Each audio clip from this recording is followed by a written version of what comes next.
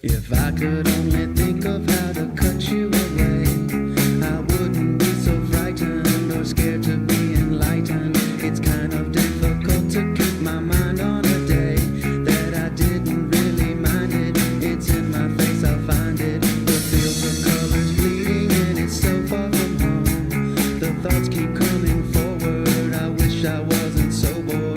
Does it really matter if I'm dying alone? I often try to fake it, what's in my face I'll take it.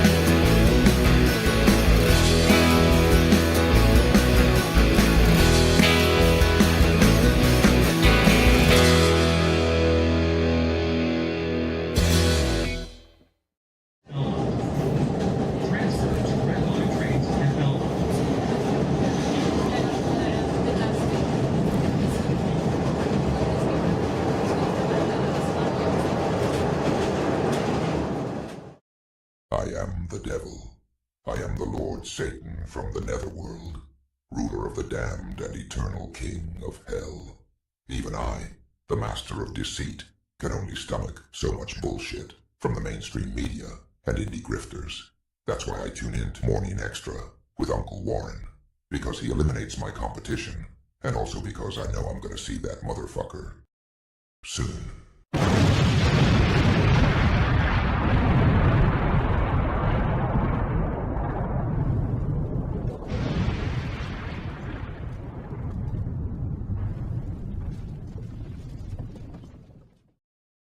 Deo,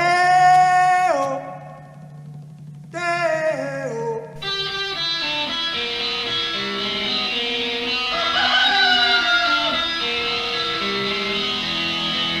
Baby's got a burger and a shooter and that shake is won't go down. Baby's got a burger and a shooter and that shake is won't go down. Corrosion to her thighs, erosion of her pride. Baby's got a shooter, baby's got corrosion now, corrosion now. Baby's got it. Well, good morning. I got shorter. There I am. It's me, it's Ernest T. You can't catch me. Barney Fife. Greetings. It is Indigenous Peoples Day, or as the laymen like to call it, a bank holiday. So if you're not working today, come hang out with us. We're having good times here, maybe. Shout out everybody in a second, but first I want to put this up because Willie Bragg, big supporter of the show, he said the shit libs love some Dick Cheney to own Trump because he denounced January 6th, are too stupid to realize that Bush Cheney successfully stolen the presidential election in 2000 in Florida. Thank you, Willie, for the 10 spot there. Always appreciated. We got Vera in the house. Vera, what's going on? Good morning to you. John Kemper. Hello, sir. Are you taking the day off? Is it the day off thing for you? If it is, I hope you enjoy your day today, guys. I got Kameshwari Kate going to get coffee and checking her email. She said she has to go check her email. Hopefully today's talking points are in my inbox from Putin. Hey, lady, what goes in your inbox? That's your business, all right? You save that for the secret show. Giggity, giggity, goo, giggity, goo. We got SSJ Curtis in the house, too. Good to see you. And Miguel giving us the peace sign, as always. The Miguel 5000 Quantum Computer. Always online for your viewing pleasure. You're playing sick? All right. Just don't tell anybody. If you got YouTube buddies, don't tell them. Because they'll see you. Hang on a second. I always forget to do this. It's like my OCD goes crazy when I see my head on one side. I'm like, I have to do this or I have to do that. And it's just like a little bit bad on the neck. And then I got to tilt my head down a little bit because I got this bright ass monitor down here with all the stuff. Anyway, not that inbox. Giggity, giggity, giggity, giggity, goo, giggity, goo, goo, goo, goo, goo, schmoigen. Kate, I love our double entendres, and one day we'll have one together. Wait, what? So yeah, sorry about that. This guy. I don't know why I do that. I just put the googly eyeballs on him and, soon. Willie says, I get my check from George Soros and Vladimir Putin. Thank you very much. Look, if I'm kind of in the Jimmy Dore camp here. If I do have a price, if they want to send me some cash, and I'm a cheap hoe too, man, just, $2.50 and a bucket of chicken. I'm down. You know what I mean? I'm down for the clown. So, holla at your boy, ring, ring, ring, ring, or you could text me. That's fine too. Yes. So anyway, let's get to the business at hand here. Of course, our buddy Chanda is dealing with some with lung cancer. We always like to put this up in case we get some newbies in the mix. To support her on GoFundMe, the link is down in the description below, as the nice little card says. And if you can't send any cash, I'm sure sending out the link and sharing that will be helpful as well. So, so let's get crack-a-lackin'. It had to happen sooner or later. They said, we're not going to send troops over to Israel to help them out. This is their affair. This is their internal affairs. This is what they're doing, right? Well, oopsie sauce. What the? Pentagon confirms U.S. troops to operate THAAD missile defense in Israel. THAAD. That's what the THAAD looks like. Yeah, so once again, lying motherfuckers in the house. Oh, Chanda begins chemo today. Okay. Yeah, I mean, that's usually a rough ride, but it's a necessary evil, so hopefully it will help her and she won't have to be on it too long. So the U.S. military will send a missile defense battery and troops to operate in Israel, the Pentagon said yesterday, amid warnings from Iran that Washington should keep all U.S. military forces out of Israel. You better keep them out, because, U.S. Defense Secretary and TV dad Lloyd Austin authorized the deployment of the Terminal High Altitude Area Defense Battery, or THAAD, at the direction of President Joe Biden, the Pentagon said in a statement. The U.S. is seeking to help bolster Israelis' air defenses following a large-scale Iranian ballistic missile attack on Israeli air bases on October 1st. But I thought the Iron Dome was like, that's what Israel has. That's their defense system. I thought the Iron Dome was just like foolproof, right? No, wait. It's run by fools, but it's not foolproof. Okay, yeah, I totally got that wrong. Tehran launched the ballistic missile barrage in retaliation for multiple aggressions carried out by Tel Aviv, including the assassinations of Hamas political leader Ismail Haniyeh in July and Hezbollah leader Hassan Nasrallah on September 27th.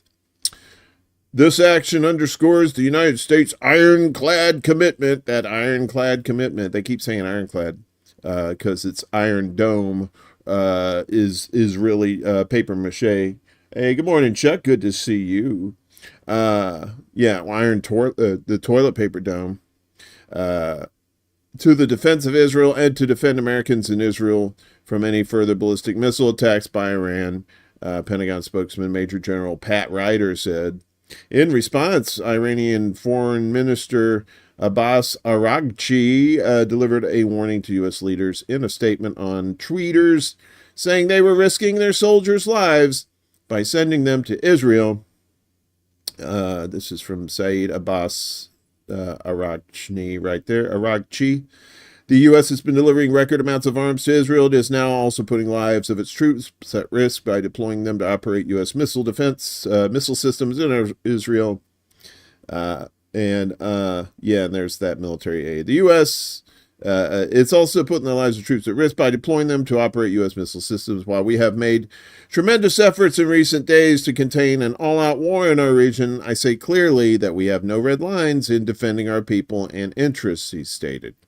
The AP notes that according to an April report by the Congressional Research Service, the U.S. military has 7 THAAD batteries.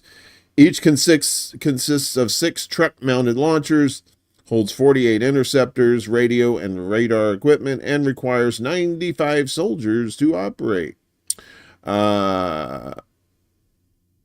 Hey, good morning, Lynn. Who did you just call fools running the Iron Dome? That would be the Zionist piece of shit genociders who are running the Iron Dome. So hopefully that clears things up for you. The THAAD is considered a complementary system to the Patriot missile defense system, but it can defend a wider area. It can hit targets at ranges of 150 to 200 kilometers. Israeli leaders claim they are preparing to launch a harsh military response to the Iranian attack. including possibly bombing Iran's nuclear energy program. However, a New York Times report from October 7th cast doubt on this claim, saying that former and current senior Israeli officials acknowledged doubts about whether the country has the capability to do significant damage to Iran's nuclear facilities. So, Iron Dome is iron crap. And so that's why you got to send honkies like me over there, although I'm not going. This came down the wire early this morning, I believe. Maybe this was yesterday, too. A part of Israel's onslaught continues as the Palestinians can't seem to get any relief. Inferno in Deir al-Balah, Israel burns displaced Palestinians alive at Al-Aqsa Martyrs Hospital. So now they're burning people alive. Israel carried out a heinous massacre against displaced Palestinians sheltered in Al-Aqsa Martyrs Hospital in Deir al-Balah, central Gaza Strip, last night. Videos shared by activists and journalists captured harrowing scenes in the immediate aftermath of the bombing, which killed and wounded scores of Palestinians. According to medical sources, the attack resulted in at least 4 fatalities, including a woman and a child, while about 40 others sustained serious injuries. Many of the victims suffered severe burns, with some bodies charred beyond recognition. The bombing ignited a large fire that engulfed around 30 tents. Eyewitnesses reported that the fire spread quickly due to the tents being made of nylon and other highly flammable materials. I'm sorry, Lynn. I am a anti-Semitic shit. I joined you by mistake. Will not happen again. Oh no, you must have thought this was the genocide channel. I'm sorry, I didn't mean to mislead you. No, this is the We Hate Genocidal Zionist Piece of Shit Motherfuckers channel. But we love regular ass Jews. You regular ass Jews, top shelf. But you Zionists, you can go fuck yourselves.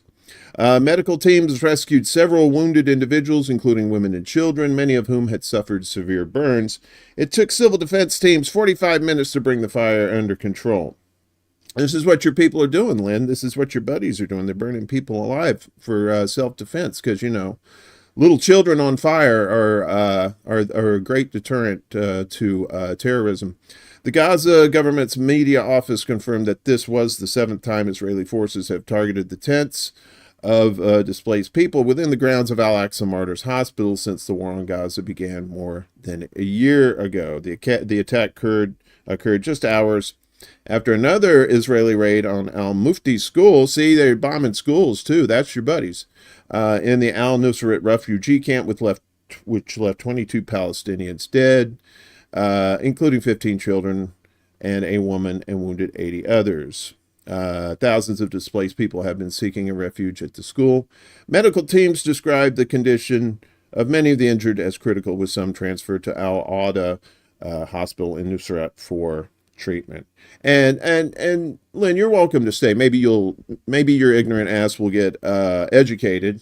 I mean, that's what we're here to do. We're here to educate. If you think that calling out people who burn children alive is anti-Semitic, then yeah, I guess I am. So in that definition, yeah, I will claim that title every time. But I'm pretty sure my regular ass Jews out there, and you know who you are, would think differently, because they think the same way I am, that they think you Zionist piece of shits are murdering people for land, for the oil, for power, and over some religious bullshit. So there you go. Rant over. CJK, what's up? Good to see you, buddy. Yeah, we don't like baby butchers here. Go back to sucking BB's cock. Yeah, there's a reason why there are a lot of blue wrenches in this chat, folks. So if you're new, you better behave yourselves. I mean, you have your right to your opinion, that's for sure. But that doesn't mean your opinion is worth a shit. So, but you do have a right to it. This is still America for at least the next 24 hours, maybe. Speaking of 24 hours, Israeli forces kill at least 52 Palestinians in Gaza over 24 hours. Those pesky terrorists, those little children and innocent people who are just, living. Gaza's health ministry said yesterday that Israeli forces killed at least 52 Palestinians and injured 128 in the previous 24 hours, bringing its recorded death toll since last October to 42,227 martyrs and the number of wounded to 98,464. The ministry's numbers don't account for Palestinians who are missing and presumed dead under the rubble or indirect deaths caused by the Israeli siege. In northern Gaza, Palestinian rescue workers are unable to get to the bodies left on the street due to Israel's relentless attacks. Israel's relentless self-defense. For the 9th consecutive day of the siege of the northern Gaza Strip, there are many wounded and martyrs in the streets, and under the rubble, the ambulance crews are unable to retrieve them, the health ministry said in an update on the situation in North Gaza. Look at this terrorist. My God, this evil, evil, dead person. Gaza's media office said at least 300 Palestinians have been killed in northern Gaza since Israel escalated attacks there and tightened a siege on the area, which is the beginning of an ethnic cleansing plan known as the General's Plan. The Israeli offensive has focused on the Jabalia refugee camp in northern Gaza. Israel has ordered Palestinians in northern Gaza to head south, but there have been reports of Israeli forces firing on Palestinians trying to flee. Majid Bamia, a Palestinian envoy to the UN, described the situation in northern Gaza as a genocide within a genocide. Oh, how dare you, Majid? That is so anti-Semitic, even though Palestinians are really the Semitic ones, and the Jews living in Israel are from Brooklyn and Europe. Israeli strikes on Sunday included an attack on the Al-Shati refugee camp in northern Gaza, according to the Palestinian news agency Wafa. An Israeli drone targeted a group of children playing near a cafe in Al-Shati, killing 5 of them and wounding several others. That's from Dave DeCamp over there at antiwar.com. Be sure to check out antiwar.com. Particularly our friend Lynn there. Hopefully this person will get some education and stop watching the shitlib news and the pro-Zionist garbage you get from Fox and MSNBC and CNN. Because we aim to entertain, but we also aim to educate around these parts. Ding! So, what else are those motherfuckers doing? Well, you got Jason Ditz from antiwar.com. Israeli tanks smash into UN peacekeeper base in southern Lebanon. As the Israeli invasion of Lebanon escalates, it has been reported that yesterday morning, Israeli tanks smashed their way into a UN peacekeeper base in southern Lebanon near Ramia.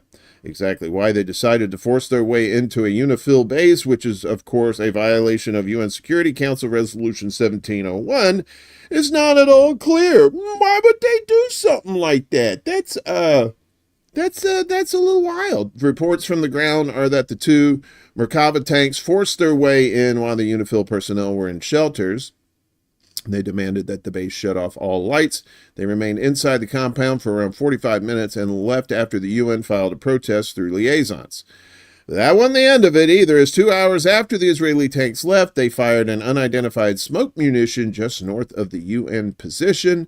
The UNIFIL personnel were wearing gas masks, but 15 of them were still reported to have sustained skin irritation or gastrointestinal symptoms when the smoke reached their base. They were receiving medical treatment. This is in addition to around 5 UN peacekeepers who have been reported injured over the last week since the Israeli invasion of the area. Israeli Prime Minister and fuckface Benjamin Netanyahu claimed that they are doing everything in our power to prevent UN injuries, but added that this to demands that the UN immediately withdraw other peacekeepers from the danger zone. Because there's a highway to the danger zone. UN chief says any attacks on Lebanon peacekeepers could be a war crime, though. They don't really like this guy. Secretary General Antonio Guterres. UN Secretary Guterres warned yesterday that any attacks against peacekeepers, quote, may constitute a war crime, unquote, his spokesperson said after Israeli tanks burst through those gates of a peacekeeping base in southern Lebanon. It was the latest accusation of Israeli violations and attacks against the UN's peacekeeping mission known as UNIFIL. in recent days. UNIFIL peacekeepers remain in all positions and the UN flag continues to fly, UN spokesperson Stephanie Dujarric said in a statement. The Secretary General reiterates that UNIFIL personnel and its premises must never be targeted. Attacks against peacekeepers are in breach of international law, including international humanitarian law. They may constitute a war crime, he said. And it is. It's a war crime. That's all they do. They're not defending themselves over there, folks. This is Israel saying, I wonder how many war crimes we can commit. Let's watch. And of course, the U.S. being the cucks that they are, they snubbed a letter defending the United Nations chief from Israeli attack. So, U.S. was, this is from Common Dreams by Jake Johnson. I like Common Dreams, though, but they got a little bit of the Trump derangement syndrome, so I kind of stay off those stories about Trump. But the other reporting to do is pretty top notch. So the U.S. was not among the more than 100 United Nations member states that signed a new letter of support for UN Secretary General Antonio Guterres after Israel's foreign minister declared him persona non grata and barred him from entering the country. The letter, spearheaded by Chile, said Israel's attack on Guterres would undermine the United Nations' ability to carry out its mandate, which includes mediating conflicts and providing humanitarian support. In the Middle East, this could further delay an end to all hostilities and the establishment of a credible path towards the two-state solution, with the state of Palestine and Israel living side by side in peace and security, the letter continues. We reaffirm our full support and confidence in the Secretary General and his work. Signatories to the letter include France, that's going to be an awkward party at the G7, China, Lebanon, Iran, Sweden, Switzerland, Finland, Brazil, and the African Union, which is also a great band. Check them out at the Civic Center. Notably absent from the list were nations that have supplied Israel with arms. Oh, why? That's the shock during its year-long assault on Gaza, including shitty countries like U.S., Germany, Italy, the United Kingdom, and of course Canada, which is U.S. light. Earlier this month, Israeli Foreign Minister Israel Katz declared Guterres banned from entering Israel, falsely accusing the UN chief of failing to condemn Iran's ballistic missile barrage and the Hamas-led attack of October 7th last year. Katz reiterated his position yesterday, writing on social media that Guterres can continue seeking support from UN member states, but the decision will not change. 9! Guterres, a persistent advocate of a ceasefire agreement in the region and critic of the U.S.'s failure to exert pressure on its ally, did not respond directly to the Israeli foreign minister's statement, but a spokesperson for the UN chief called it one more attack on the United Nations staff that we've seen from the government of Israel. The letter of support for Guterres came after Israeli forces repeatedly fired on UN peacekeepers stationed in Lebanon, injuring at least 4 soldiers. Guterres called the attacks intolerable. On Saturday, dozens of nations that contribute troops to the UN interim peacekeeping force in Lebanon, UNIFIL, issued a joint statement condemning recent attacks on the UNIFIL peacekeepers and calling for an international investigation of the Israeli attack last week. Whereas the U.S. would say, oh, just let them investigate themselves. What could go wrong? We urge the parties to the conflict to respect UNIFIL's presence, which entails the obligation to guarantee the safety and security of its personnel at all times so that they can continue to implement its mandate and continue their work of mediation and support for peace and stability in Lebanon and the entire region, the statement added. The U.S. does not contribute troops to UNIFIL. In a statement on Thursday, U.S. Ambassador to the UN and Halloween yard decoration Linda Thomas Greenfield said the Biden administration is, quote, deeply concerned about reports that Israeli forces fired on positions in a tower used by UNIFIL peacekeepers in Lebanon. Yeah, I'm sure he's so concerned that he keeps sending them fucking weapons.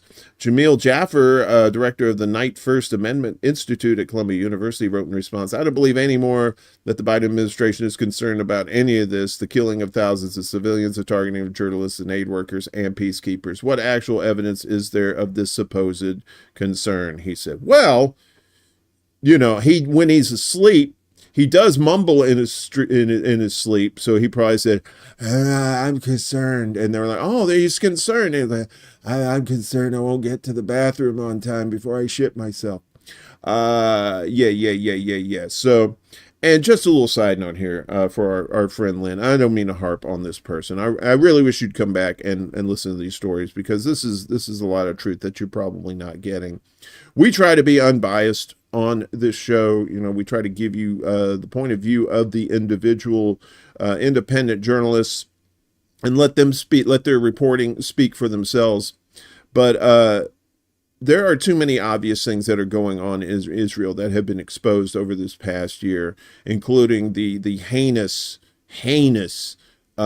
immoral things, and that's being nice, that Israel has done. And if you're going to support Israel, you're supporting genocide. You're supporting the murder of children. And I'm sorry, I'm going to be biased and say I don't support any of that. And you can go fuck yourself. So that's where it is. And guess what, folks? You didn't know this? Maybe you should. The UN troops in Lebanon can shoot back at Israel. So oopsie sauce, he forgot they're troops and they got weapons. This is Joe Loria from Consortium News here. UN peacekeepers who have been fired upon by Israel can fire back at them according to a 2006 UN Security Council resolution. Paragraph 12 of Resolution 1701, which helped bring about an end of fighting in the 33-day Israel-Hezbollah conflict in 2006, says that the UN interim force in Lebanon, the UNIFIL, quote, acting in support of a request from the government of Lebanon to deploy an international force to assist it to exercise its authority throughout the territory, authorizes UNIFIL, their emphasis, to take all necessary action in areas of deployment of its forces and as it deems within its capabilities to ensure that its area of operations is not utilized for hostile activities of any kind, to resist attempts by forceful means to prevent it from discharging its duties under the mandate of the Security Council, and to protect United Nations personnel, facilities, installations, and equipment. Repeated attacks by the IDF beginning last week and continuing until at least yesterday accurately fit the description of hostile activities in UNIFIL's area of deployment. And remember, folks, there's Irish troops in UNIFIL. I'm not saying anything bad about the other troops in there, but do not piss off the Irish. Just ask England about that. While the unanimous resolution was not passed under Chapter 7 of the UN Charter, allowing UN troops to use force to impose its mandate, including in this case to disarm combatants, including Hezbollah, all UN peacekeeping operations retain the right to use force in self-defense. Self-defense, right? Isn't that ironic? That UN peacekeeping operations would have to resort to force in self-defense against a nation that is genociding the fuck out of people under the guise of self-defense. You can't make this up, folks. UNIFIL commanders have sufficient authority to act forcefully when confronted with hostile activity of any kind, UNIFIL said in a statement at the time of Resolution 1701's adoption. So, yeah, things are getting a little wild over there. A lot of rhetoric being tossed around, and guess what? It's all getting thrown back in their face, and if they don't watch out, bullets could come with it. Meanwhile, 4 dead, dozens injured in the Hezbollah drone attack on the IOF Haifa base. A drone attack on an Israeli military base in Binyamina, south of Haifa, has killed 4 Israelis and wounded 67 others, according to Israeli media. Where did Lynn go? I wanted to check with Lynn about how her Yom Kippur went for her. Lynn could be a dude, too. remember Lynn Swan from the NFL, Kate. So, you know, don't gender hate. I'm just kidding. You gender hate all you want. I don't give a fuck. Notably, Israeli air defense systems failed to detect the drone. Oh, that Iron Dome, which detonated without triggering air raid sirens in the area, as confirmed by Israeli media outlets. I thought they don't like to tell the truth over there. They like to spread propaganda. The strike reportedly targeted the dining hall at a base belonging to the Golani Brigade. It was reported that 50 ambulances rushed to the scene to transport the casualties, with helicopters also being called in. So this is the find out portion of the fuck around and find out show. We're not doing that. Okay. And Israel faces horror scenario if the Haifa port is targeted by Hezbollah. This is why when you act first and you think later, that's when shit goes sideways. There are growing fears in Israel that Hezbollah missiles could reach the port of Haifa amid Israel's escalation of its attacks in Lebanon since September 23rd. A potential strike on Haifa could threaten the supply of basic goods to Israel if it is hit. According to the New Arab's Arabic language sister publication, Al Arabi Al Jadid, the fears have prompted Israel to consider using a port in another country in case shipping vessels stop heading to Israel. The potential country has not yet been disclosed, probably because that country said, shh, don't tell anybody.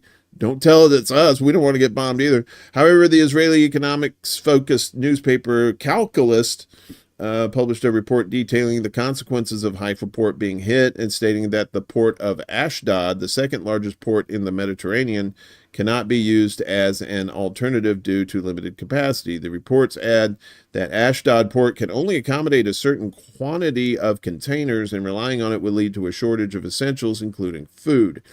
Israel will be in a horror scenario, the report continued, noting that recent missile strikes have proven to show the seriousness of the situation. Spokesperson for the Israeli army confirmed that Haifa is secured with protection systems in place in case of missile attacks. However, it is not possible to guarantee the effectiveness of these systems, especially with recent events.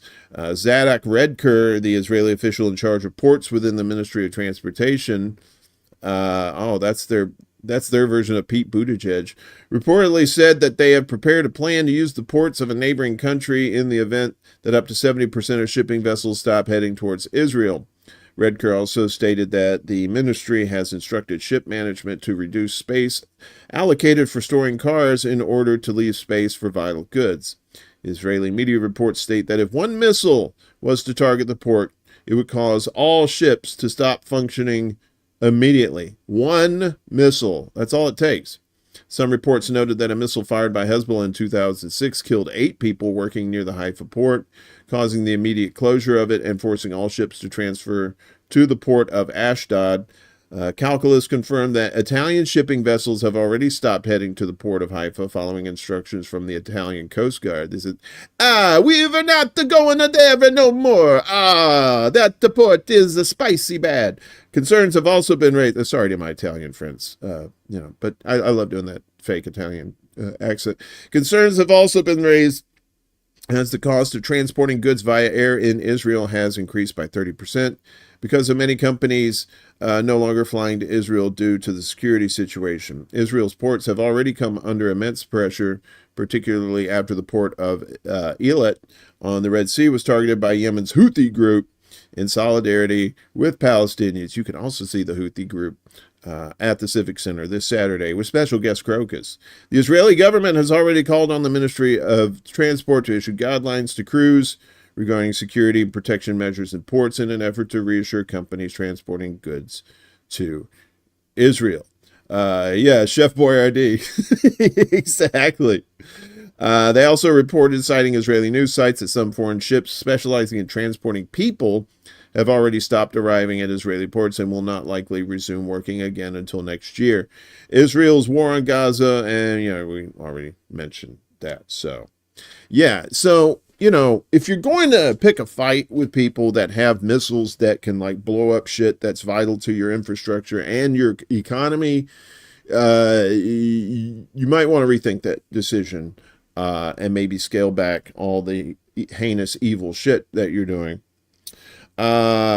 Speaking of which, an Iran missile attack caused $53 million in damage in Israel, according to a media report. There it is. Look at that fucked up shit. An Iranian missile attack on Israel has caused extensive damage worth around $53 million, according to Israeli media on Sunday, and Anadolu reports. The October 1st attack has caused estimated damage between 150 and 200 million shekels. That's 40 to 53 million American, said Yedioth Ahronoth newspaper, citing property tax data. This was the largest damage caused by a single missile attack, one missile attack on Israel since the outbreak of the war last year. It added, according to the newspaper, around 10 locations sustained damage in the Iranian missile attack, including several military bases. No injuries, however, were reported except the death of a Palestinian near the West Bank city of Jericho after being hit by shrapnel from an interceptor missile. And then there's a little backstory with the 180 missiles fired at Israel on October 1st. Israel has vowed a military response to the Iranian attack, blah, blah, blah, blah, blah, blah. Yeah, so Israel is finding out this shit's going to cost them money. A lot of money. And is it worth it? See, that's why they have to see this all the way through, because all this money that's been spent, if they don't achieve their goals, then they're going to be out a shitload of money. They're already losing face around the planet, and could, potentially lose more from their economy too, which is already being shit hammered. And tourists are scared away by Hezbollah missiles. Who would have thunk that, right? Honey, you want to go to Israel this year? Do we have any Kevlar? No. Yeah, let's I don't know. Let's go to Alaska. I hear that's nice. The mayor of Akka said yesterday that the city has no tourists due to Hezbollah missiles. The sirens sound daily in the city, and many were unable to escape to the shelters. Miha Ben Shlush, really? That's the last name? That's not a real name. Told Reshet Bet Radio as Hezbollah continues to fire missiles toward northern Israel. Akka is a tourist city, but has no tourists. The situation is sad. Hey, maybe if you stop that fucking war, you might get some tourists back. I don't know, just a thought. In the same context, Israel's Maariv newspaper reported that air raid signs went off in the city of Hadera, coinciding with Hezbollah launching a large-scale missile attack on the western Galilee.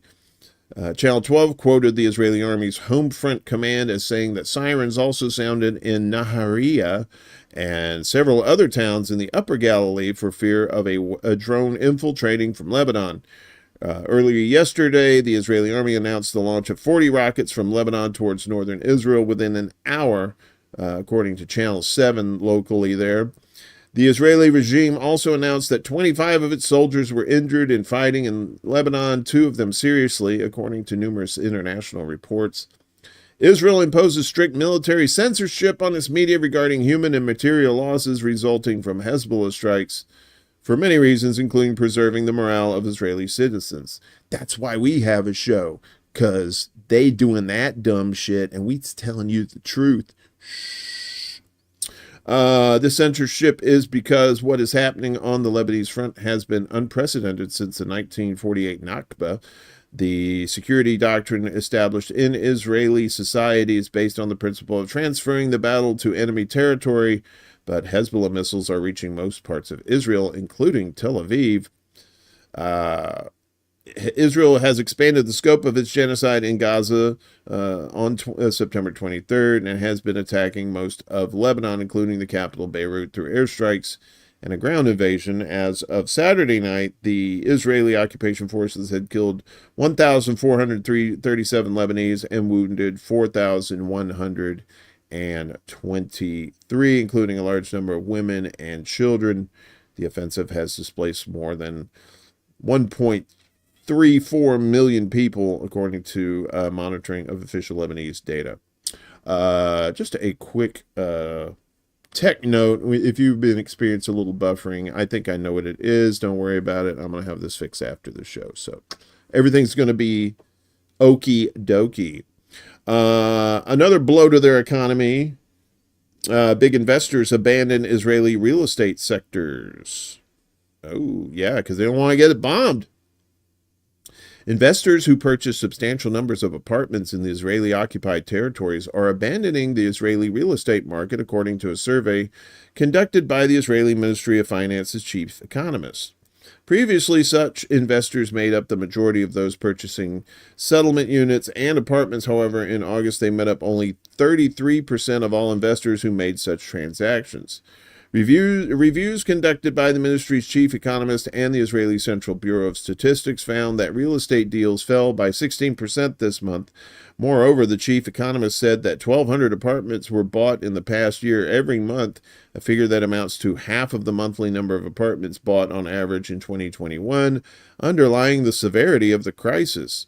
In February this year, heavy investors had a 72% share of the market. However, the number dropped to 35% in August, basically cutting it in half.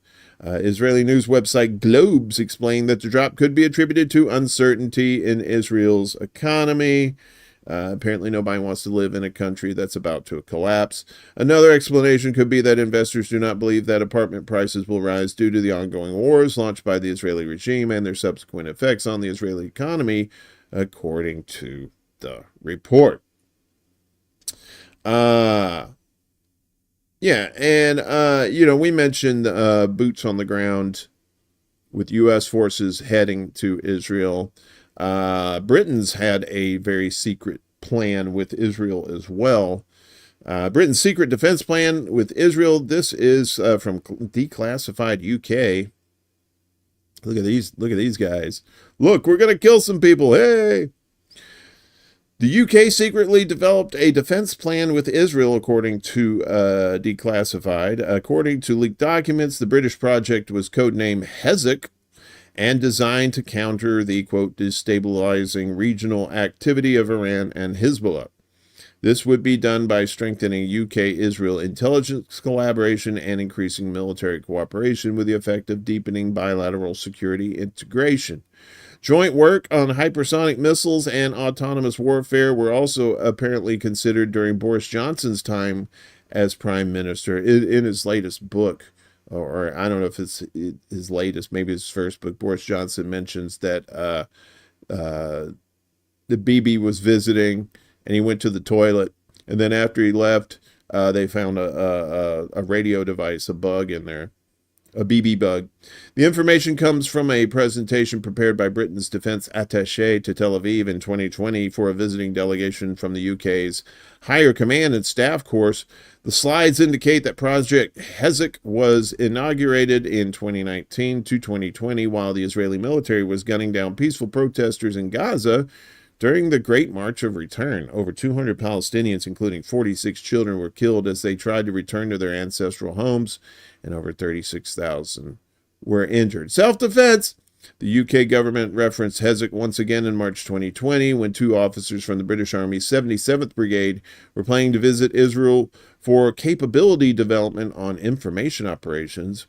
A visitor request issued by the British Embassy in Tel Aviv noted how the visit was pertinent to a program or agreement named MOD Project Hezek. The defense plan was apparently still active as recently as last year when British Major General James Rodis visited Tel Aviv under Hezek auspices. Yeah.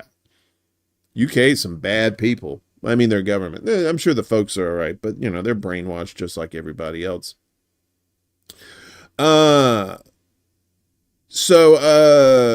it's not just Lebanon, or it's not just Israel the U.S. is going to be involved with. And they've been involved with Syria for a while.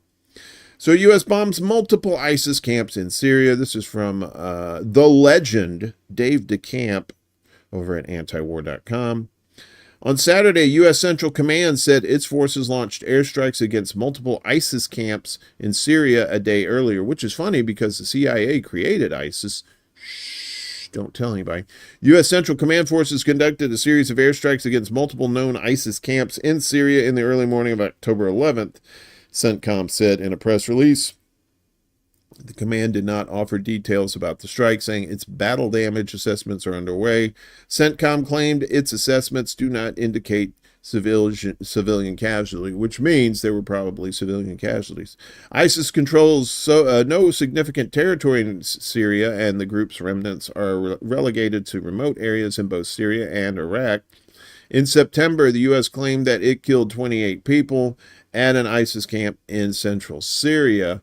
The U.S. has about 900 troops in eastern Syria as part of an illegal occupation. Oh, it's a theme that's opposed by the Syrian government. By backing the Kurdish-led SDF, the U.S. is able to control a significant portion of Syria's territory, mainly the oil, which is where most of the country's oil fields are located. Yes, that's, remember when Trump said, we're here for the oil, we got to protect the oil, we got to protect the oil.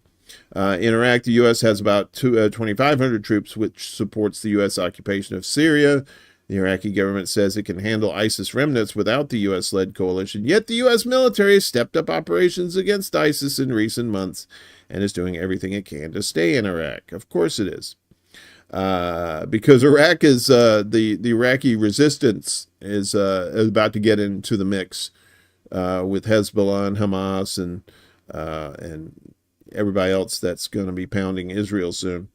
The U.S. and Iraq recently announced a plan to end the mission of the U.S.-led anti-ISIS coalition, but it allows for a continued presence of U.S. troops in a different role. Homemakers or, cabin stewards if they were on a cruise ship. Amid soaring regional tensions, U.S. troops in Iraq and Syria could become targets if the situation turns into a full-blown war between Israel and Iran. Spoiler alert, it's going to turn into a full-blown war between Hezbollah and Israel, just so you know.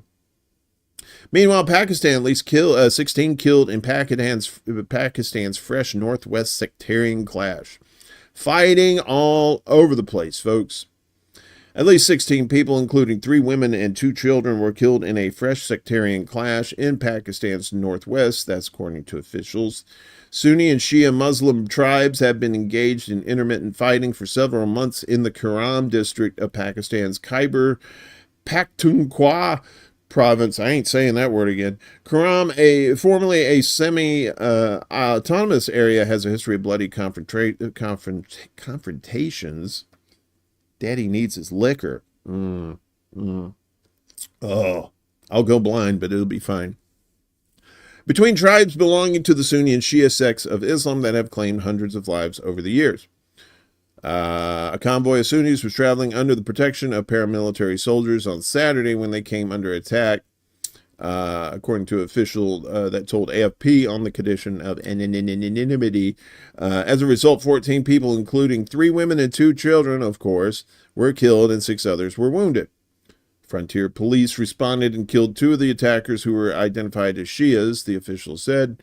Other recent clashes in July and September killed dozens of people and ended only after a jirga, or tribal council, called a ceasefire. Officials are attempting to broker a fresh truce. Tribal and family feuds are common in Pakistan. However, they can be particularly protracted and violent in remote areas of the Khyber Pakhtunkhwa, where communities abide by traditional tribal honor codes. The Shia community in Pakistan, a predominantly Sunni Muslim country, has long suffered discrimination and violence. Yes. And that's not all. Pakistan deep in debt, too. So Pakistan needs to repay external debt of $18.8 billion in current fiscal, says the IMF. International motherfuckers.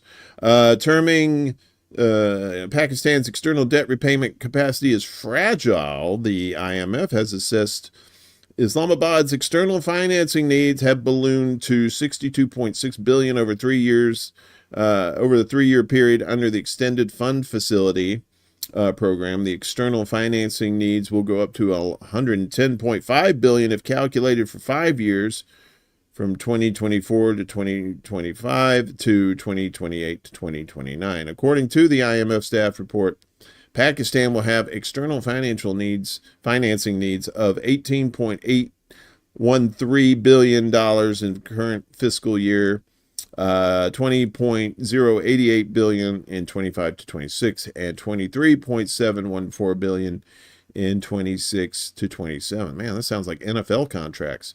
The IMF data shows financing needs would not witness any reduction even after completion of the three-year program. It would be standing at over $24 billion in 27 to 28 and around $23 billion in fiscal year 28 to 29.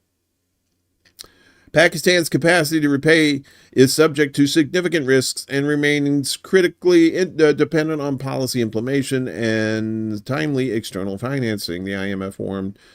The fund's exposure would reach special drawing rights, $6,816 million by September 24, with purchases linked to the request. With the completion of all purchases under the arrangement, the fund's exposure would peak in September 2027 at special drawing rights, $8,774 million, around double the average of recent EFFs. So, and a lot of these countries are in debt too. In fact, the World Bank says 26 of the poorest countries in the worst financial shape since 2006. Well, you say the poorest countries in financial trouble? Wow, there's a shock. It's like saying the poorest people in the United States can't afford their medical bills and stuff and often file for bankruptcy. Kind of the same thing. I know it's a different economy thing, but you get the gist. The world's 26 poorest countries, home to 40% of the most poverty-stricken people, are more in debt than at any time since 2006, and increasingly vulnerable to natural disasters and other shocks, a new World Bank report showed yesterday. The report finds that these economies are poorer today on average than they were on the eve of the COVID-19 pandemic, even as the rest of the world has largely recovered from COVID and resumed its growth trajectory, allegedly. Released a week before World Bank and International Monetary Fund annual meetings get underway in Washington, the report confirms a major setback to efforts to eradicate extreme poverty and underscores the World Bank's efforts this year to raise $100 billion to replenish its financing fund for the world's poorest countries, the International Development Association. The 26 poorest economies studied, which have annual per capita incomes of less than $1,145, are increasingly reliant on IDA grants and near zero interest rate loans as market financing has largely dried up, the World Bank said. Their average debt to GDP ratio of 72% is an 18-year high, and half of the group are either in debt, distress, or at high risk of it. 2/3 of the 26 poorest countries are either in armed conflicts or have difficulty maintaining order because of institutional and social fragility, which inhibit foreign investment, and nearly all export commodities, exposing them to frequent boom and bust cycles, the report said. At a time when much of the world simply backed away from the poorest countries, IDA has been their lifeline, World Bank chief economist Indermit Gill, that sounds like a Lord of the Rings character, said in a statement, over the past 5 years, it has poured most of its financial resources into the 26 low-income economies, keeping them afloat through the historic setbacks they suffered. IDA normally is replenished every 3 years with contributions from World Bank shareholding countries. It raised a record $93 billion in 2021, and World Bank President Ajay Banga is aiming to exceed that with over $100 billion in pledges by December 6th. Natural disasters have also taken a greater toll on these countries over the past decade. Between 2011 and 2023, natural disasters were associated with average annual losses of 2% of GDP, 5 times the average among lower middle-income countries, pointing up the need for much higher investment, the World Bank said. Meanwhile, in Iran, they have reduced sentences for jailed journalists cleared of collaborating with the U.S. An Iranian court cleared 2 jailed journalists of collaborating with the U.S. and reduced their sentences over reports about a woman's death that had helped trigger protests in 2022, Iran's worst domestic unrest for decades. Nilufar Hamedi and Ileha Mohammadi, sentenced a year ago to 13 and 12 years in prison, respectively, had their terms reduced to 5 years. Judiciary spokesperson Asghar Jahangir told a news conference yesterday they were acquitted of the charge of collaboration with the U.S. in the appeal court. Jahangir said the 2 journalists were jailed for their coverage of the death in custody of Kurdish Iranian woman Masta Amini while she was being held by the morality police over accusations she breached Iran's Islamic dress code laws. Her death sparked nationwide protests in late 2022 and 2023 that grew into Iran's biggest domestic unrest since the 1979 revolution that brought Iran's clerical rulers to power. Meanwhile, here in the United States, the ongoing saga of Boeing and their strike continues, but now Boeing going a step further. Boeing to cut 10% of workers as defense unit loses $2 billion in 3 months. Boeing's defense business continued bleeding in the third quarter of 2024 as troubled programs, fixed price contracts, and an inability to reach a deal with thousands of striking machinists dragged down the company. On Friday, the aerospace giant announced that it will cut 10% of its entire workforce, roughly 17,000 people, in order to position itself for the future. The dramatic move comes after 30,000 company workers rejected a new labor contract and stopped working last month, a strike with no end in sight. In a letter to employees, CEO Kelly Ortberg noted substantial new losses for Boeing's defense business, driven by work stoppage on military aircraft built at its factories, including the commercial derived Air Force KC-46 tanker and Navy P-8 Maritime Patrol aircraft, continued program challenges, and the decision to end the production of its 767 freighter, the basis of the KC-46 in 2027. Defense, Space, and Security expects to recognize pre-tax earnings charges of $2 billion on the T-7A, KC-46A Commercial Crew, and MQ-25 programs. The T-7A program pre-tax charge of $0.9 billion was driven by higher estimated costs on production contracts in 2026 and beyond. The KC-46A program pre-tax charge of $0.7 billion reflects the decision to conclude production on the 767 freighter and impacts of the IAM, the International Association of Machinists and Aerospace Workers, work stoppage. Results also include unfavorable performance on other programs, according to the company's preliminary third quarter results. The head of Boeing's defense sector, Ted Colbert, was pushed out of the job just a few weeks ago, and the company is yet to announce a successor. The company will hold its third quarter call on October 23rd. And I want to say that we reported on that they were also buying back their own stock or something, which is always a shady thing. If they're not, I apologize, but I'm just going by recollection, but my brain is kind of feeble. Speaking of feeble, they're trying to cap Trump again, I guess. I don't know why. New Trump assassination attempt foiled, according to police. There he is. Look at me. I got all these assassinations. Everybody wants to assassinate me. Everybody's talking about assassinations. U.S. law enforcement officers have arrested an armed man with fake press passes who attempted to enter a rally held by Republican candidate Donald Trump in Coachella, California. The local sheriff has said. Them Miller, a 49-year-old Las Vegas resident, was arrested at a checkpoint outside the rally venue on Saturday with an illegally owned shotgun, a loaded handgun, and a high-capacity magazine, the Riverside County Sheriff's Office said in a statement on Sunday. Now, to, just bring you back, a lot of these Republican states have these open carry laws, and I don't think California is one of those. It might be, But I find it funny that they have these rallies, and people with guns and stuff like, woo, Second Amendment, Second Amendment. But then when it comes to capping Trump, they're like, ooh, don't bring your guns here. Riverside County Sheriff Chad Bianco told local media that Miller had presented fake VIP and press passes at the checkpoint. They were different enough to cause the deputies alarm, Bianco told the Press Enterprise. We probably stopped another assassination attempt. Maybe. The incident, or maybe just another thing to try and get Trump some attention.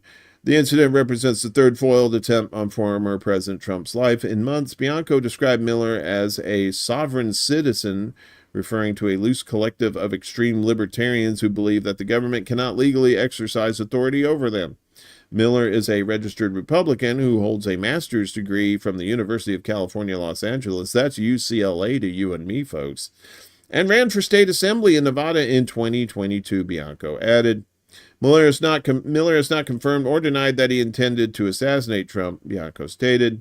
The 49-year-old suspect was released on $5,000 bail and will appear before court in January charged with illegal firearms possession. So there you go. Seriously, why would you want to kill Trump?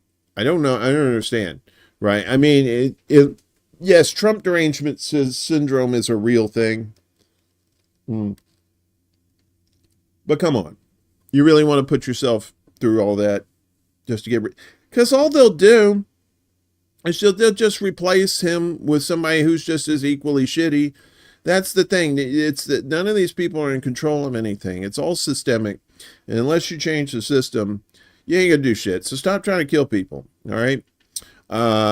Meanwhile, in Tennessee, more shootings. 1 dead, 9 injured in a mass shooting near Tennessee State University. A man was killed and 9 other people were injured in a mass shooting Saturday near Tennessee State as the Nashville school celebrated homecoming. Investigators believe at least one of the injured participated in the gunfire, officials said. At least 3 of the injured were juveniles who had non-critical injuries, Nashville police said on the tweeters. The shooting happened around 5 p.m. local time along a street where Tennessee State's homecoming parade had taken place that morning, Nashville police and fire officials said at a news conference Saturday evening. The man who died was 24 years old, police said. The names of the injured and information about a motive were not immediately released. At least one of the injured people is suspected to have been involved in the gunfire, police said. They didn't immediately say whether they were looking for anyone in connection with the shooting. Investigators didn't immediately know whether any of the people shot were TSU students. That's according to Nashville Police Commander Anthony McClain. We think this is something that was kind of a sidebar to the homecoming celebration and not a direct reflection on the university itself. Firefighters who already were in the area to do community outreach during the morning parade rushed to the wounded after the gunfire, City Fire Department spokesman Kendra Loney said. So, yeah.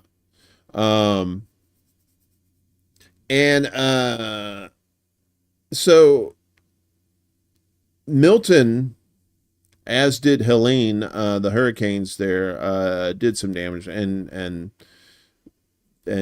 killed several people, as a matter of fact. And the newest death toll here in Florida reaches 21 in the wake of Milton. The death toll from Hurricane Milton in Florida surged to 21 on Saturday, days after it devastated the state as the powerful Cat 3 storm left the state with widespread power outages, with wind speeds exceeding 100 miles per hour and a near-record storm surge. Nearly 4 million residents grappled with widespread power outages in the aftermath of the devastating storm. That's according to Fox Weather.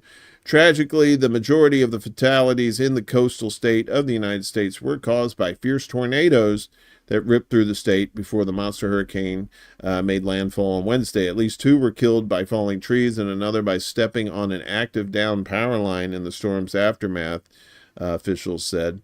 As communities assess and clean up the damage in the aftermath of the recent back-to-back major hurricanes on both coasts, extensive power outages continue to exacerbate the situation. Despite the efforts of tens of thousands of linemen who have been working tirelessly to restore power to over 2 million consumers. Since Milton made landfall, roughly 1.5 million people still remain without power Saturday morning. About 1 million residents in the Tampa Bay, Sarasota area, which took the brunt of the storm's winds and hit with downed trees and power lines, are still facing power outages. Additionally, the outages have affected fuel distribution at ports around Tampa Bay, with reports as many as 75% of gas stations closed or without fuel as of Friday. Florida Governor Ron DeSantis said that the state is working to get fuel to stations and is also setting up fuel depots in hard-hit areas that will provide 10 gallons of free fuel per person. I'm sure that could help, but I'll believe it when I see it. Overseas, going back overseas, Taiwan is on alert after detecting Chinese aircraft carrier group. There it is right there. The Liaoning, China's first aircraft carrier. It's not very big, but, big enough. Taiwan announced that it was on alert after detecting a Chinese aircraft carrier group near its south on Sunday. U.S. Secretary of State and Island of Misfit Toys resident Anthony Blinken on Friday warned China against a response to a speech by Taiwanese President Lai Ching-te during the island's National Day celebrations. In recent years, China, which considers Taiwan part of its territory and opposes any direct official foreign contact with the island, has escalated military operations around Taiwan, frequently deploying warplanes and other military aircraft, while Chinese vessels maintain a near constant presence in the surrounding waters. Yesterday, Taiwan's Ministry of Defense reported that the Chinese aircraft carrier Liaoning and its group had passed through the Bashi Channel, a waterway separating Taiwan from the Philippines, and was likely to proceed into the Western Pacific. The Taiwanese military is employing joint intelligence, surveillance, and reconnaissance systems to closely monitor related activities and remains on alert, prepared to respond as necessary, confirmed in a statement. Both Taiwanese and U.S. officials have previously warned of any Chinese military exercises in retaliation to Lai's address. That's funny, his name's Lai. Meanwhile, in Egypt, they're having troubles with their transportation there, as 20 are injured in an Egypt train collision as carriages fall into the canal. There's some picture right there. I don't know if you've ever, these trains, they're usually packed to the gills, and we'll find out what happened. 20 people were injured yesterday in a train collision in Egypt's Minya province that caused two carriages to plunge into an irrigation canal. That's according to Egyptian authorities.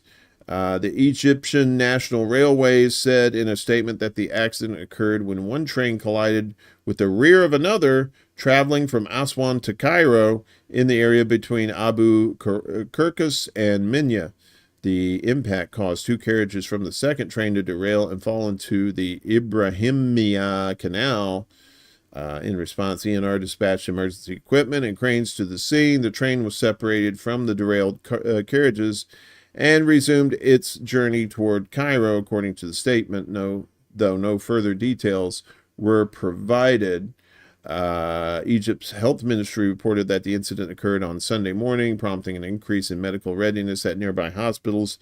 23 ambulances were sent to the accident site, and initial examinations indicated that injuries, including bruises, abrasions, and superficial wounds. No fatalities have been reported, thank goodness, and doctors are still assessing the injured. In recent years, Egypt has been working to improve its railway system to prevent accidents, focusing on upgrading equipment, infrastructure, and workforce training. Transport Minister Kamal Al-Wazir has noted that around 2.5 million people use Egypt's railways daily. Well, you may want to improve it a little bit more there, Pops. Doesn't look good, and neither do their water resources there. As Egypt president says, country's water resources an existential issue. Egyptian President Abdel Fattah al-Sisi said yesterday that preserving Egypt's water resources is an existential issue. Egypt has been at odds with Ethiopia over the building of a dam project on the Nile River, which Cairo views as the existential threat to its water share. Addis Ababa said that the dam is essential for its development. Years of negotiations between the two countries have failed to reach an agreement on the dam's filling and operation. Egypt places water at the top of its priorities, with the Nile River being an issue linked to the lives and survival of the Egyptian people, Sisi said at a water event in Cairo. A water event. That's interesting. Nile River constitutes the main source of water in our country, accounting for over 98% of its water supply, he added. Preserving this vital resource is an existential issue that requires persistent political commitment, diplomatic efforts, and cooperation with sisters countries to ensure the achievement of common goals. The Egyptian leader said his country is enhancing bilateral cooperation in water management in various projects with several African countries, especially those in the Nile Basin. He called on the international community to increase support for the efforts of African countries in water resource management and to provide the necessary funding and technology to implement projects and programs aimed at achieving water security, development, and peace across the African continent. Yes, water, very important. And we're getting to that point. We heard years ago that there was going to be water wars, there was going to be resource wars. I wouldn't necessarily call that a war, but it could be a prelude to a war if things tend to get worse. Meanwhile, in Nigeria, they're dealing with too much water. Tens of thousands flee those Nigerian floods. And yes, they've just been hammered over there with flooding. Two major rivers have flooded across central Nigeria, displacing tens of thousands of people, the Red Cross told AFP.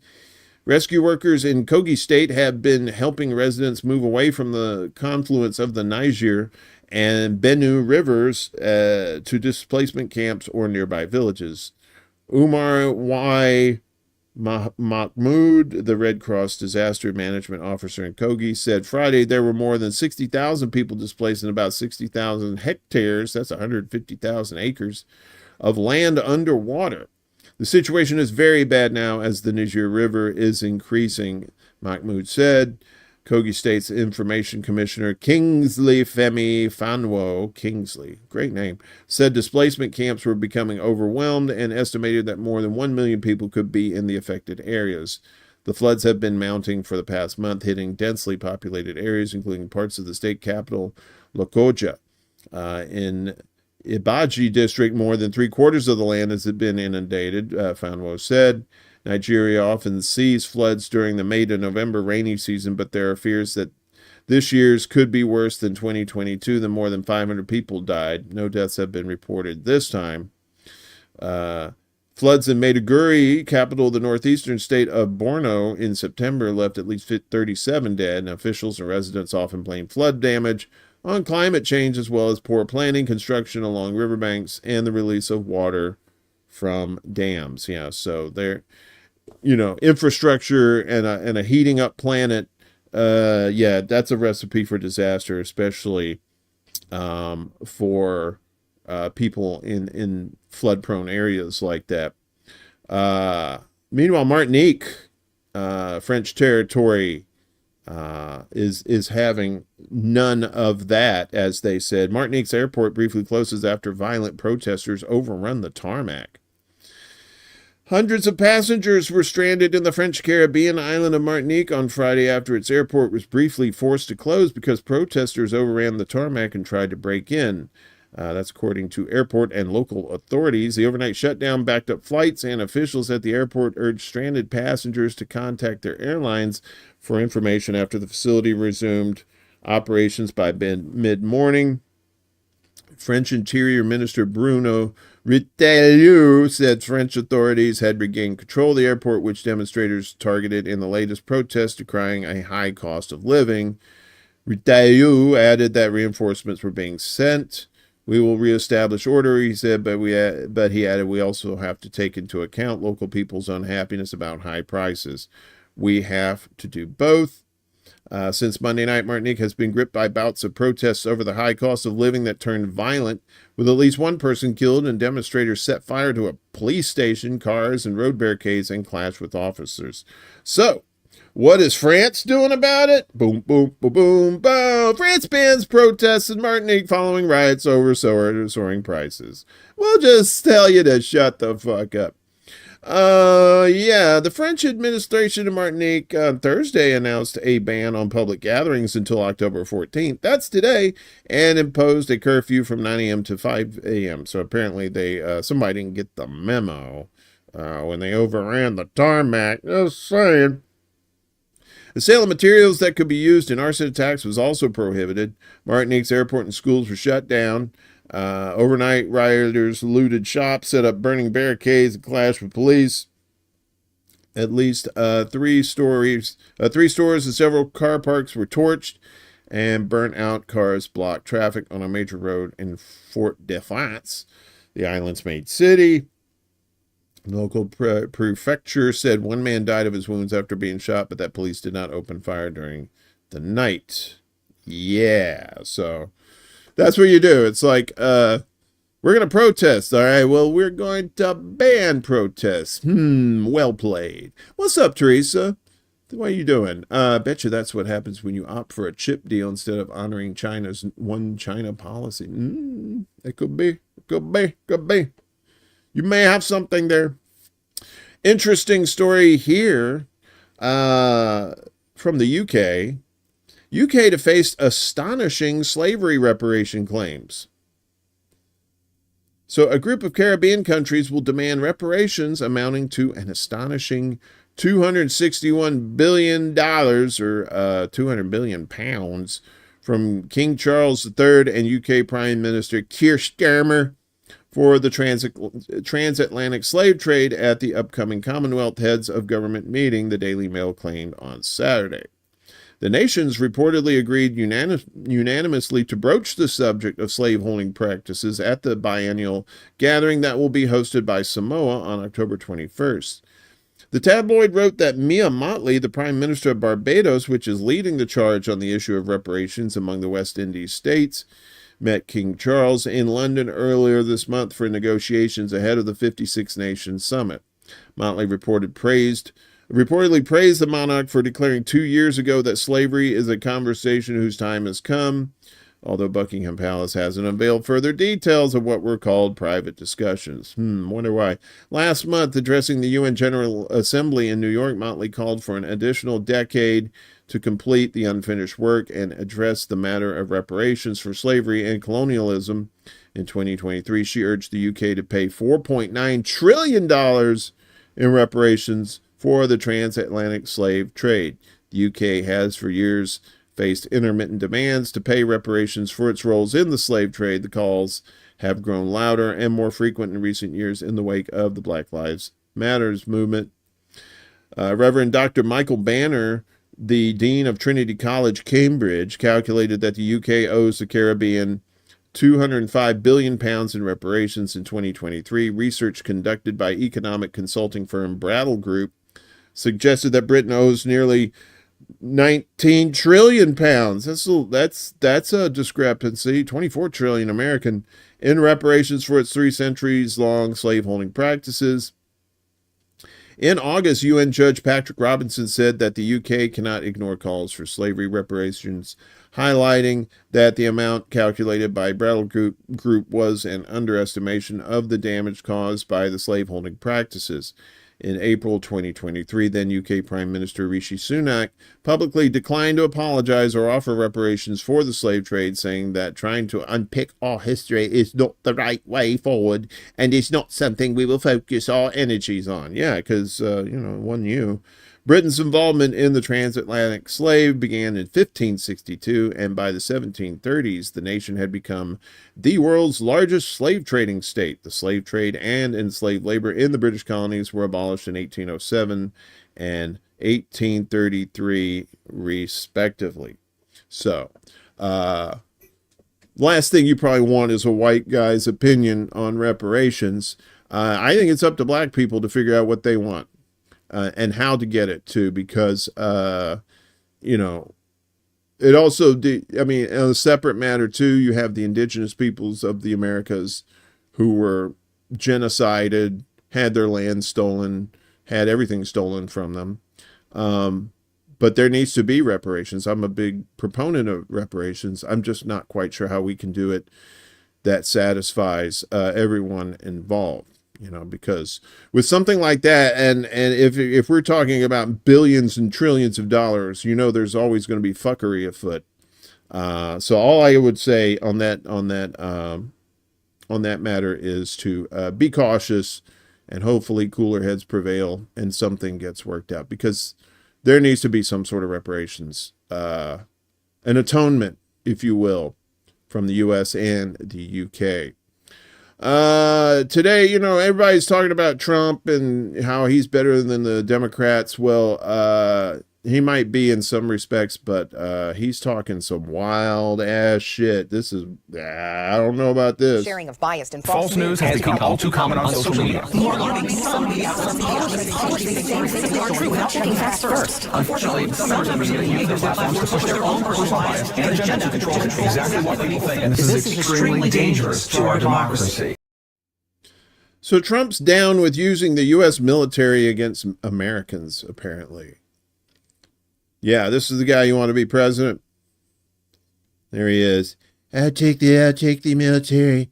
Everybody gets you get a military. Donald Trump suggested yesterday the potential use of military force against American citizens if they attempt to disrupt next month's election.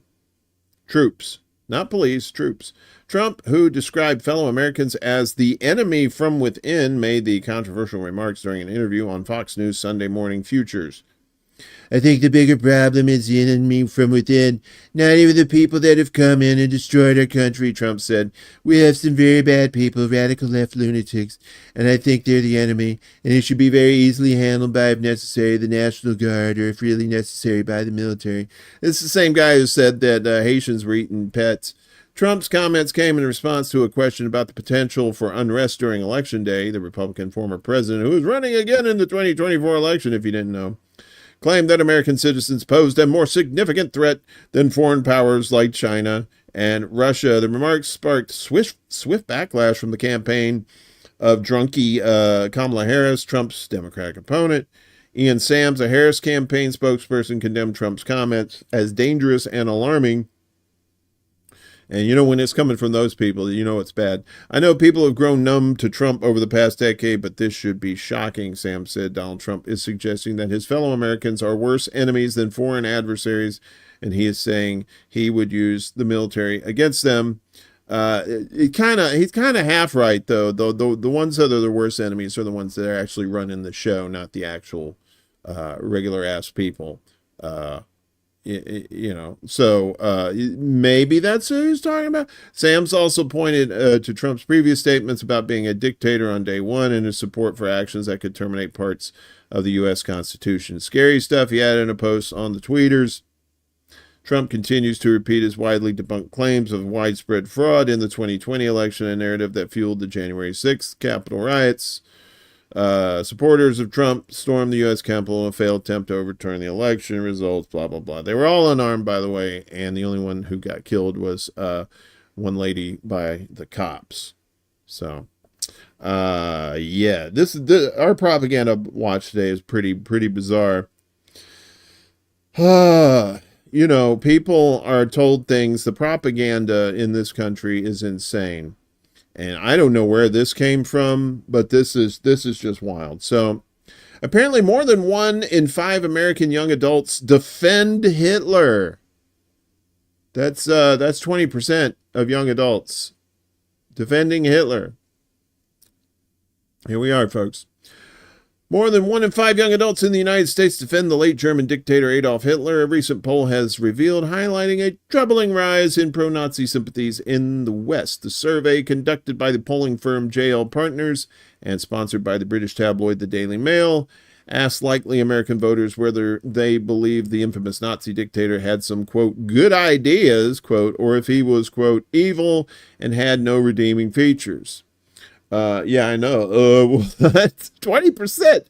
An alarming 21% of respondents aged 18 to 29 agreed that Hitler had some good ideas, while another 20% were unsure.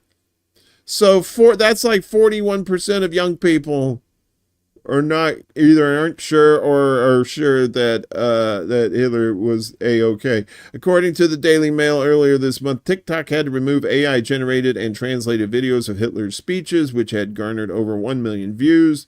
The tabloid underscores Hitler's responsibility for the deaths of millions of children during his genocidal campaign across Europe. But, you know, let's vote our way out of this. That's been working so far, right? Yeah. Finally, Saudi Arabia has sentenced a prominent artist to 23 years in jail. So Saudi Arabia has sentenced artist Mohammed Ahmed Al-Hazza Al-Ghamdi, professionally known as Mohammed Al-Hazza. Glad they shortened his name professionally. The 23 years in prison over caricatures published by a Qatari newspaper during the rift between Riyadh and Doha 7 years ago. Al-Hazza, 48, has been a freelance caricaturist before his detention in February 2018. He worked for the Qatari newspaper Lusail during the Saudi-led blockade on Qatar, which lasted between 2017 and 2021. But Al-Hazza has ceased his contribution to the paper before his arrest in 2018, according to information revealed by Sanad, a London-based rights group.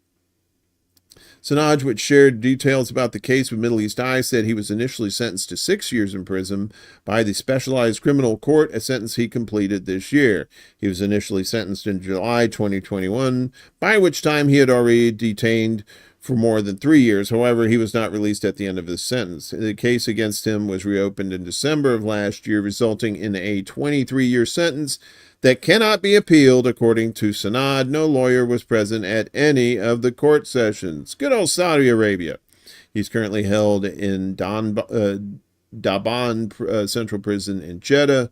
According to Sanad, Al-Hazza was under surveillance by an undercover informant before his arrest in February 2018 while traveling to a wedding in Jeddah from his hometown of Al-Baha. Prior to his detention, an informant sat next to him on the plane, the group said in a briefing about the case. Upon his return from Jeddah, security forces, led by the same informant, detained him from a cafe where he was sitting with a friend, Sanad said, without specifying the exact dates. Then they raided his home, confiscated his belongings, and ransacked his studio without a legal search warrant. Good old Saudi Arabia. The raid caused significant distress for his pregnant wife and one of his children who was present. Al-Hazza contributed to Lusail for 1 year after the Gulf diplomatic crisis erupted, expecting it to end, according to Sanad, but when the blockade continued, he stopped his work. Al-Hazza's caricatures, which he also published on his Instagram page, included humorous depictions of Saudi characters with comments mocking the country's economic and social conditions. It's called satire, people.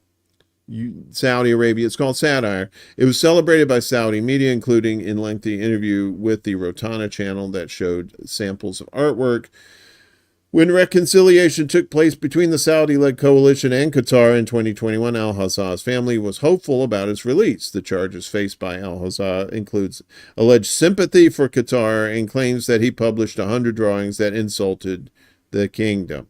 The evidence brought against him during court hearings in July 2021 also included tweets that Qatar did not deserve the severing of diplomatic ties, as well as communicating with dissidents and following opposition accounts on the tweeters.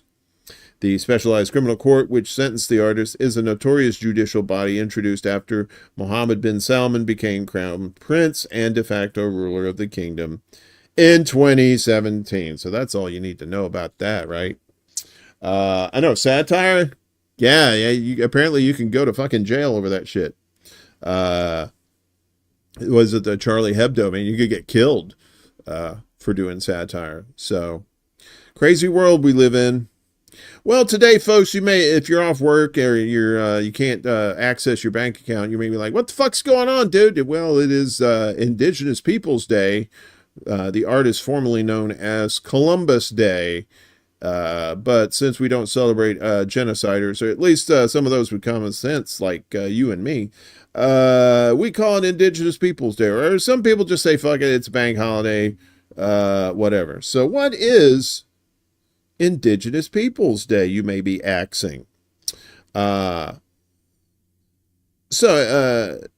today is becoming increasingly known as Indigenous Peoples Day, a commemoration of Native American history and culture.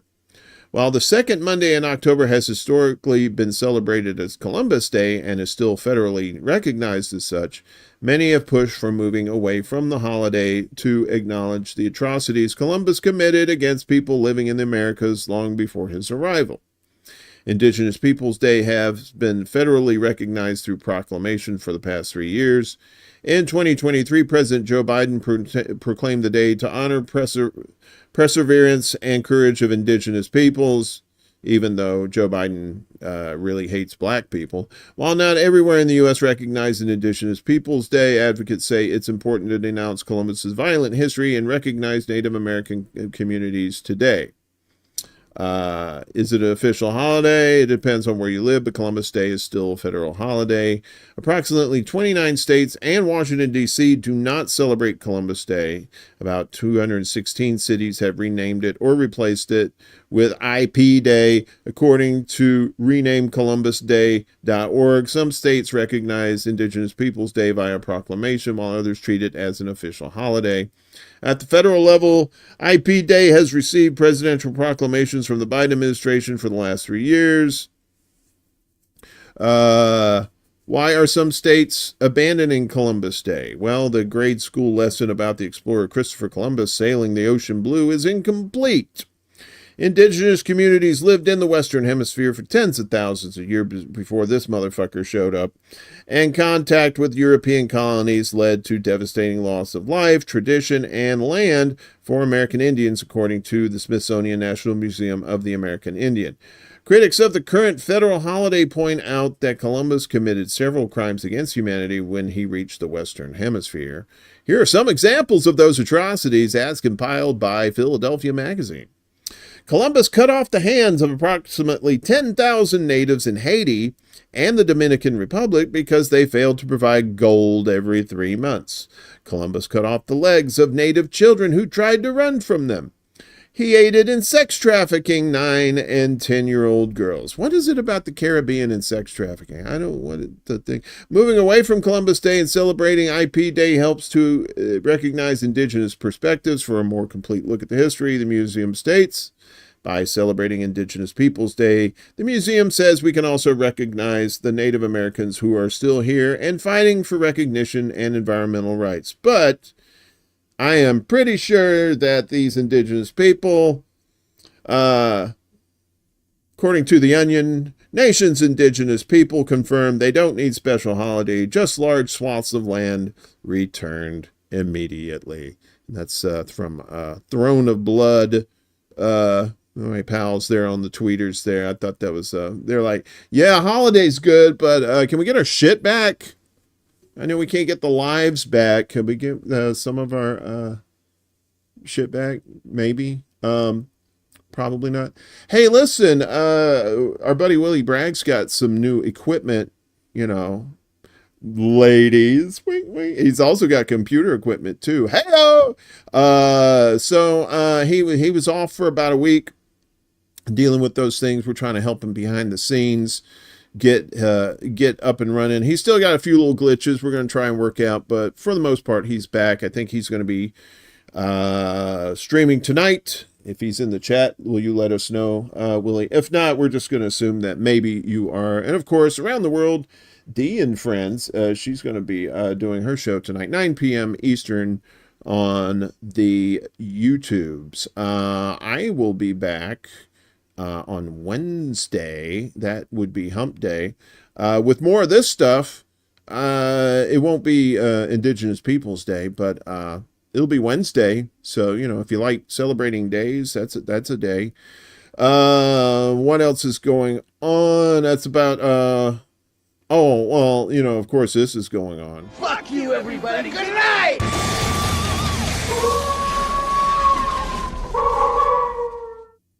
Tis Rocktober, and we celebrate Rocktober with rock and pumpkin spice ass kickins. Wait, What?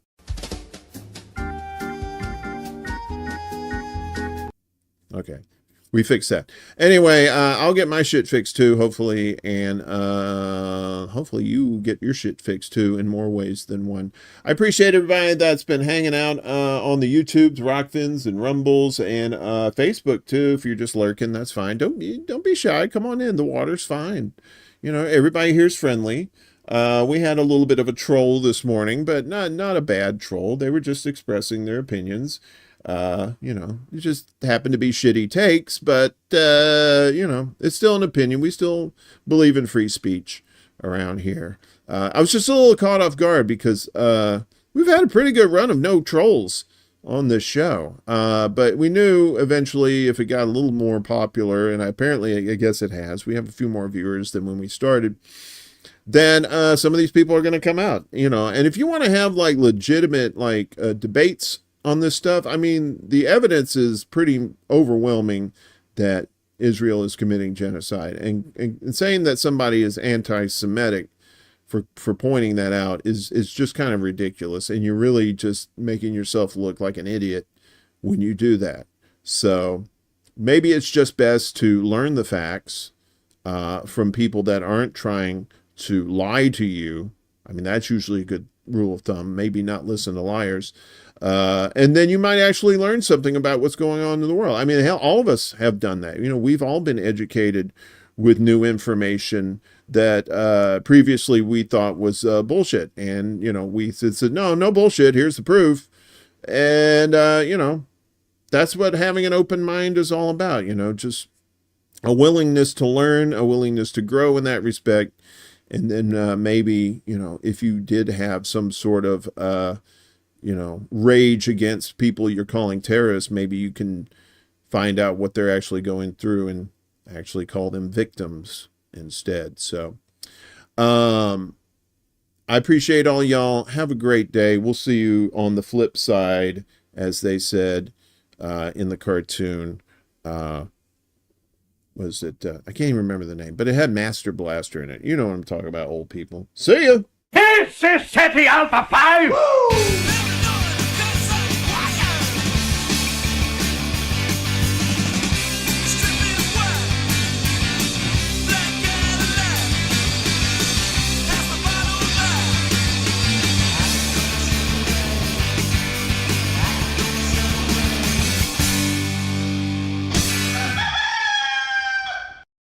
Damn good song, wasn't it, dog? You like that song? All right.